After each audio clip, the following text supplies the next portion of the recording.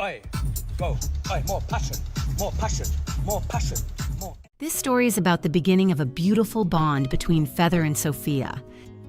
Feather entered our lives in what seemed like an accidental way, but now it feels more like destiny. I was 8 months pregnant, preparing for our baby's arrival, when an unexpected call came from a colleague.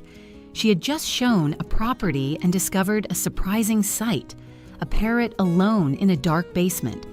The owner, she explained, had lost interest in caring for her and hadn't attended to her cage in weeks.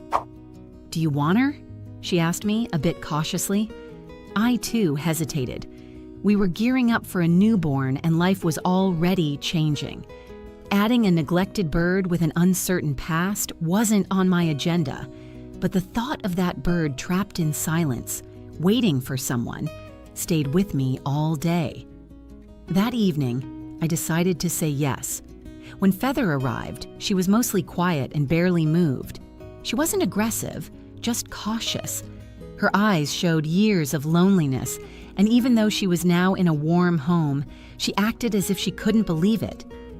Having been abandoned once, why would this time be any different? We gave her time and didn't rush things, and gradually, day by day, she began to observe us. Not with fear, but with curiosity. I could never have predicted what would unfold when Sophia was born. From the moment we brought our daughter home from the hospital, Feather's entire demeanor shifted. We gently introduced Sophia, with Feather perched at a distance, but instead of remaining back as we anticipated, she slowly moved closer with a strange sense of purpose.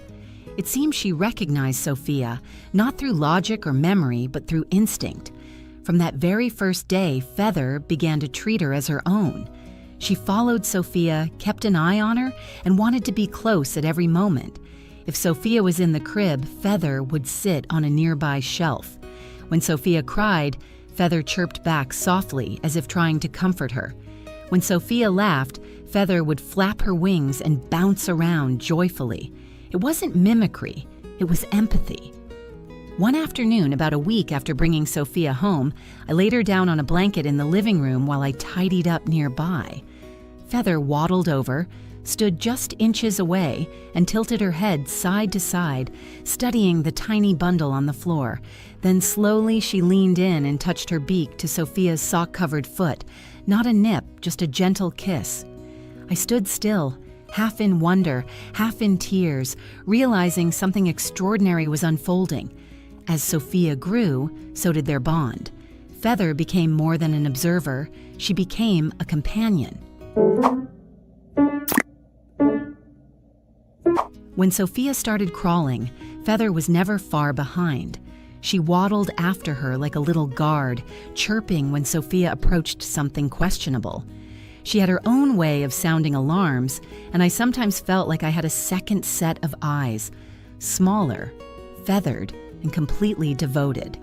At mealtimes, Feather was also present, not demanding food, but watching attentively, sometimes accepting little bites that Sophia dropped. It turned into a ritual.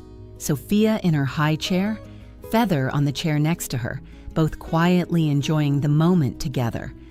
For Feather, eating seemed to convey more than just food. It represented connection, family. Their most joyful moments were perhaps at the piano. We have an old upright piano in our living room. When Sophia was strong enough to pull herself up to it, she began pressing the keys, giggling at the quirky sounds. Feather was instantly captivated. She hopped up beside her, swaying to the noise, chirping in sync with Sophia's rhythmic banging. It might not have been music in the traditional sense, but for them, it was pure harmony. Observing their relationship blossom, I've realized that love isn't confined by species.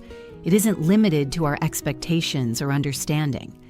Sometimes love finds us in the most unexpected ways, a bird in a basement, a baby in a blanket, and weaves a story more beautiful than anything we could have planned.